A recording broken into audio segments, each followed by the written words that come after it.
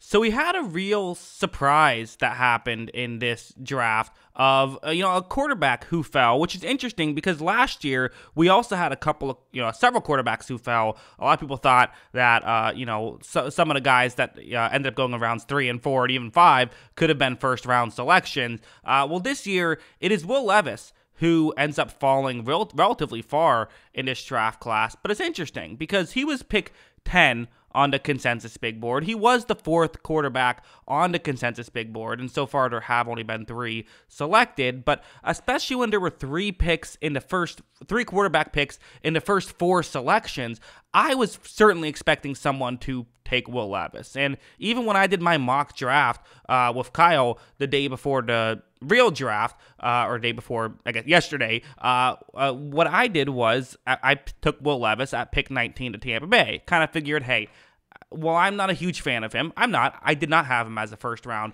talent myself. But, while I'm not a huge fan of him, there's other people who I trust and respect who like him. Quarterbacks are hard to predict. Late first-rounder, if there's people that legitimately think he could be a star player, all right, I'll roll the dice on him.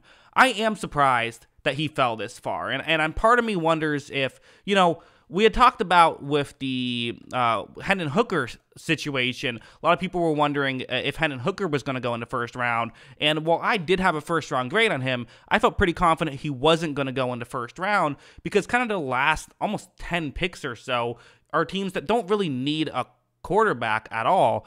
So in that scenario, I kind of understand why, he wasn't going to go in the first round. And I think for Levis, he fell, and, maybe Tampa Bay, a team like Tampa Bay would have selected him, but then they like Kalijah Cansey more, and they say, let's just, we have a player who we like on our board, and maybe that happened with a couple of teams, and then that's how he ended up falling. Or maybe the NFL legitimately sees the criticisms that I had and why I didn't have him as a first-round talent because of the fact that he is someone who, I didn't think was very good last year. I thought that his, again, has a huge arm.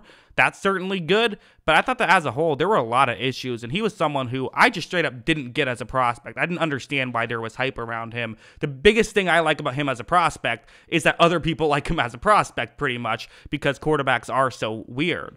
It does make me wonder, though, heading into round 2, again, some of the early picks, you have the Steelers, the Cardinals, the Lions, the Colts, the Rams. Could the Rams potentially take a shot on him and have him sort of sit behind Matt Stafford, who's not getting any younger? Could they make a selection? You had the Seahawks at 37, who could consider it. The Raiders at 38. Many people mocked the Raiders getting him at, at 7. Well, you feel a lot better about getting him at 38. Or even situations where, like, you do have the Panthers in the mix. Do they consider doubling down on quarterback and saying, you know what, if Bryce Young doesn't work out, well, now we have a backup plan. Or a team like the Titans could do that. It's very fascinating. Again, the Falcons pick at 44. Or do people just not view him that high? Like, again, Tampa Bay at 50.